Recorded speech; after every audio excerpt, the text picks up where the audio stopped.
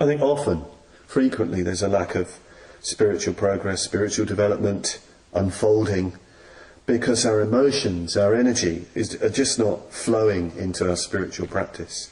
Our imagination has not become engaged. It's disconnected. It's kind of floating free. So we need to find connection, make connection. It's not easy for us because we, of course, are not in a traditional Buddhist culture. And in fact, we're in a world of broken images. We're not in any traditional culture. We're in this strange kind of postmodern culture where there's a proliferation of images, but without value, without meaning, just kind of floating free, and very often just appealing to our own desire for distraction and entertainment, our fantasies. So this is a big topic for us. We're moved by the Dharma, but we need to find a connection between the myths and symbols that we're in touch with and bring those to the Dharma, which can be done. This is a big topic, and I think one of the most important areas for modern Buddhists. It's a sort of territory that Bhante's tried to open up a lot in his, particularly in the Journey to Il Convento, and St. Jerome revisited a couple of papers he gave where he looked at his responses to, in this case, Renaissance art and image. It's a very important area, and in some ways not an easy area, but very important. So this is why puja and visualisation practice, visualisation of the Buddha and Bodhisattvas are of very great importance. They're not about getting some sort of emotional support, although that might well happen. They're not the expression of popular religion. They're profound spiritual practices.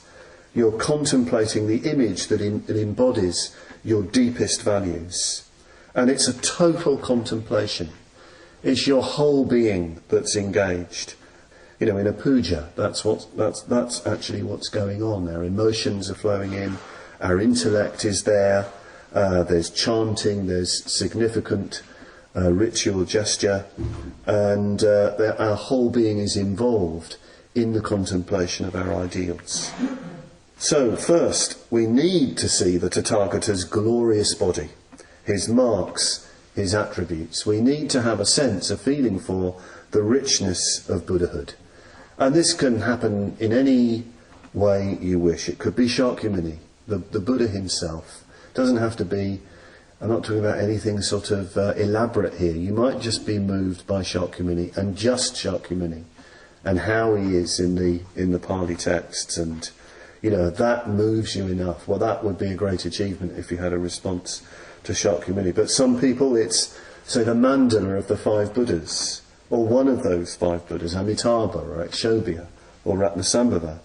There's this incredible range of archetypal forms throughout Buddhist tradition. Bodhisattvas, protectors, gurus, extraordinarily rich. The innumerable beings of the mandala of enlightenment.